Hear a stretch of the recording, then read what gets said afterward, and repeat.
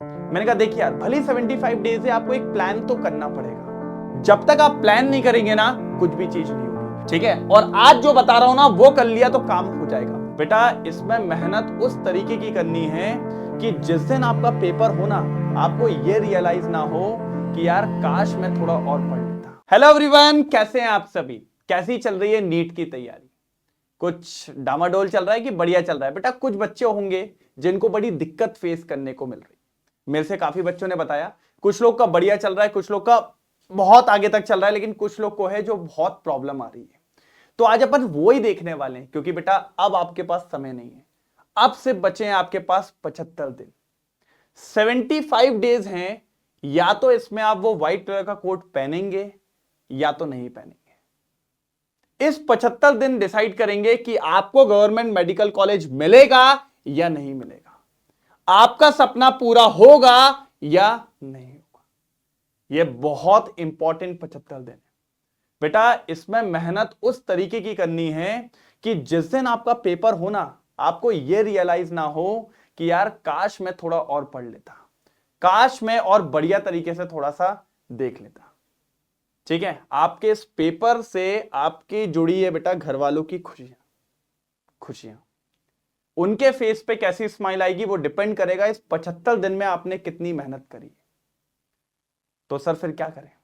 मैंने कहा देखिए यार, भले 75 डेज है, आपको एक प्लान तो करना पड़ेगा। जब तक आप प्लान नहीं करेंगे ना, कुछ भी चीज नहीं होगी। तो आज अपन 75 डेज को भी प्लान करेंगे। और ऐसा नहीं भाई कल ही 180 मार दूंगा मैं, तो ऐसे नहीं भाई, इंक्रीमेंटल स्टडी करनी पड़ेगी। आपने स्कूल में देखा है, 5वीं के बाद छठी, छठी के बाद 7वीं, 7वीं के बाद 8वीं, डायरेक्ट 10वीं में नहीं पहुंचाता है। वो थोड़ा थोड़ा करके लोड देता है कि आप उस लोड को बियर कर सको। ऐसे स्टेप बाय स्टेप अप्रोच आपको लेके आनी पड़ेगी कि अगर आप 60 नंबर पे हो तो पहले 100 का टारगेट करेंगे, सेंचुरी मारेंगे। फिर अपन 130 का टारगेट करेंगे और उसके बाद 160 प्लस। मतलब समझ रहे हैं मुद्दा क्या है? सीधे वहां का सपना नहीं देखना है, छोटा छोटा टारगेट, है ना, बिल्कुल आराम आराम से। नहीं तो आपने बड़ा सोचा और खेल वहीं खत्म हो जाता है। तो सर इसके लिए पहले आपको यह पता लगाना है कि आपकी अभी की स्थिति क्या है, आप अभी कहां बिलोंग करते हो। यह सबसे इंपॉर्टेंट बात है यहां पे। मतलब यू बिलोंग्स टू, किधर पे हो। कुछ बच्चे होंगे जिनके अभी भी 60 नंबर के आसपास चल रहे होंगे भाई।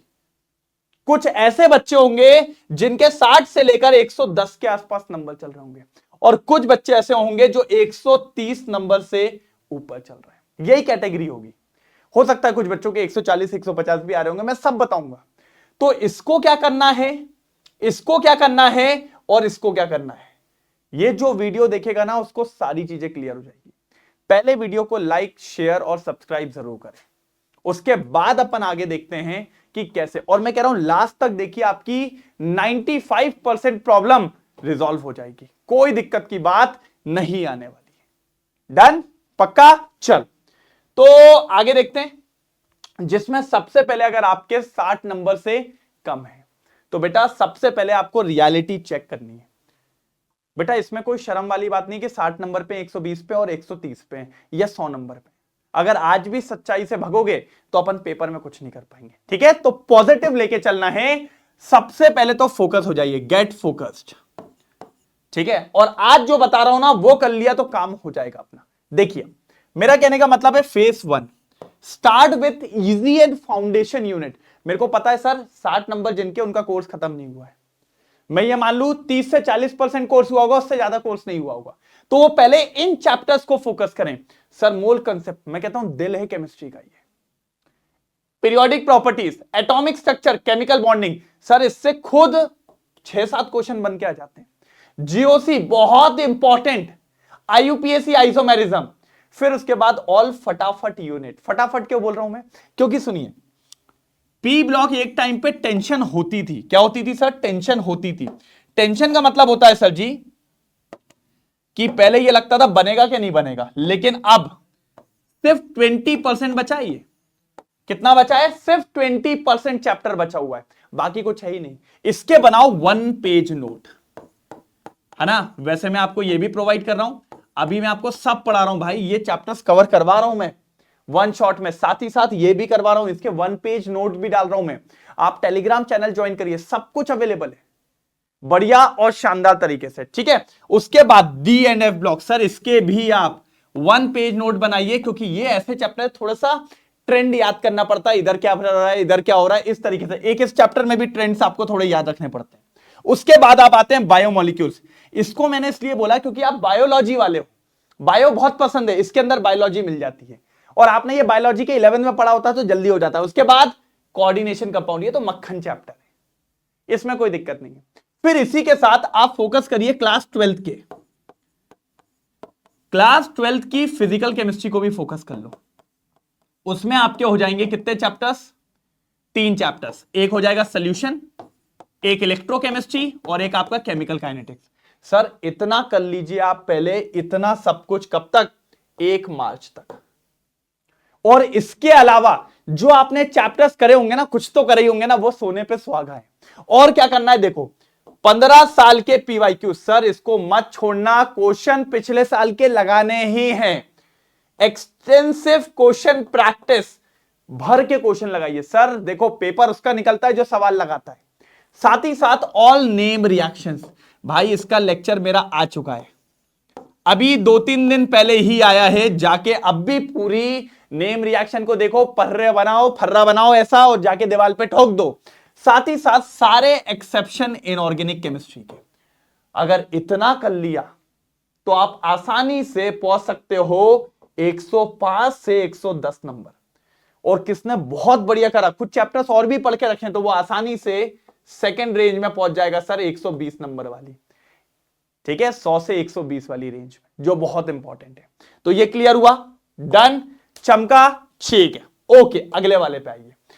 अगर आप 60 से 110 मार्क्स तक जा रहे हैं तो लगभग ये मानते हैं 60 से 70% आपका सिलेबस कंप्लीट है। लिख देता हूं मैं, 60 से 70% सिलेबस आपका क्या है, कंप्लीट है।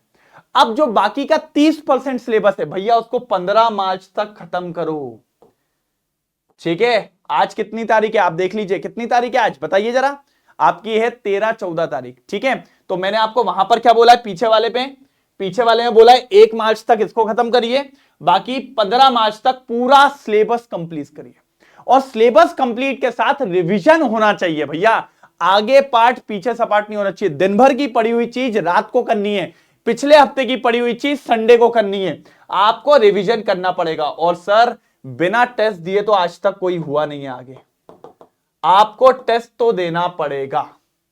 तो जो बच्चे 60 से 110 के आसपास आ रहे हैं, टेस्ट लगाइए, चैप्टर वाइज टेस्ट लगाइए।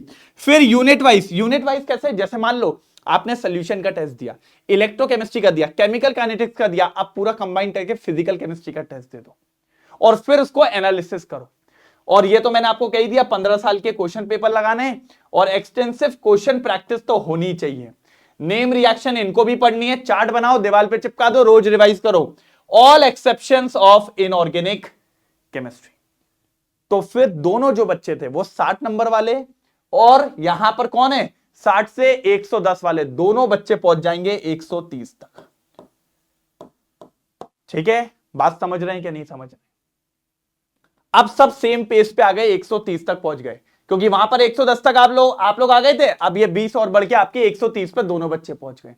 अब लास्ट जो बच्चा 130 पे अटका है, उसके ऊपर नहीं जा रहा है भाई, उसका कोर्स हो चुका है लेकिन उसके क्वेश्चंस गलत हो रहे हैं, उसके कुछ टॉपिक हैं जो वीक हैं, तो उसको पहले क्या करना है, उन सारे टॉपिक्स को लिखो कि मेरे को जनरल ऑर्गेनिक केमिस्ट्री में दिक्कत है, मेरे को ये कॉमन आयन इफेक्ट समझ में नहीं आ रहा, मेरे को भैया ये कैटलिस्ट वाला समझ में नहीं आ रहा, तो इसको लिखो, पहले इसको पढ़ो अच्छे से। तो list down all weak topics and practice extensively, जम के, और लगाओ 20 साल के पेपर, 5 साल और ऐड करो, फाड़ के रख देंगे एकदम। और भैया मॉक टेस्ट दीजिए भैया, एफएलटीज लगाइए, फुल लेंथ टेस्ट, और ये देने के बाद इस पेपर को लेके बैठो। अगर आपके 10 सवाल गलत हुए, अगर आपके 5 सवाल गलत हुए, तो क्यों गलत हुए, क्या ऐसा था जो मुझसे नहीं बना, उसको पढ़ो, फुल एनालिसिस करो, अपनी मिस्टेक्स को जज करो और जानो। उसके बाद sir practice good numericals and conceptual question. वो कहते हैं ना, जो क्वेश्चन किसी से नहीं हिलते उन क्वेश्चन को लगाओ, उनको हिलाएंगे, तब जाके आप ये मान के चलिए आसानी से 160 प्लस पे पहुंच जाएंगे। कितने पे? 160 प्लस। जो बच्चे 120 से ज्यादा नंबर ला रहे हैं उनको ये करना है,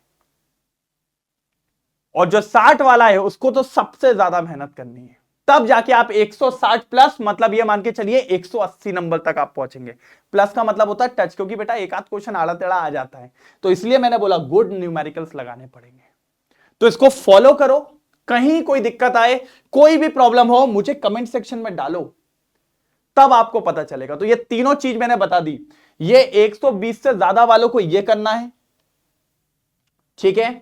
जो अपने 60 से 110 के मार्क्स के बीच में आ रहे हैं उनको ये करना है, और जो 60 से कम वाले हैं उनको पीछे वाला तो करना ही है और ये भी करना है। ये जो 60 से कम वाले हैं उनको ये करना है और उसके साथ ये वाला तो करना ही करना है। तो बेचारे 60 वालों को डबल मेहनत करनी है, ठीक है, और फिर लास्ट तक जाना है। तो ये भाई समझिए, आप लोग पीछे रह गए हैं तो रेस में आपको 3 गुना स्पीड से भागना पड़ेगा, क्योंकि 3 लोगों को आपको पार करना है, ठीक है। तो आई होप ये चीज क्लियर हुई होगी। बेटा जान लगाओ, अब समय आ गया है, अब समय नहीं है कुछ किंतु परंतु वाला, तो पूरी जान लगाइए, जो होगा देखेंगे बाद में, ठीक है। और कोई भी दिक्कत हो मुझे कमेंट सेक्शन में बताइएगा, और अगर वीडियो बढ़िया लगा है तो लाइक और शेयर जरूर करेंगे। और ऐसी स्ट्रैटेजी वीडियोस मैं आपको और आगे देते रहूंगा कि आपको कहीं से कहीं तक कोई दिक्कत ना हो। सारे वन शॉट्स मिल रहे हैं आपको, जाके देखिए, और स्ट्रैटेजी वीडियोस भी मिल रहे हैं, साथ ही साथ आपको नेम रिएक्शन जैसे वीडियोस, कन्वर्जन जैसे वीडियोस, ये सब मिलेंगे।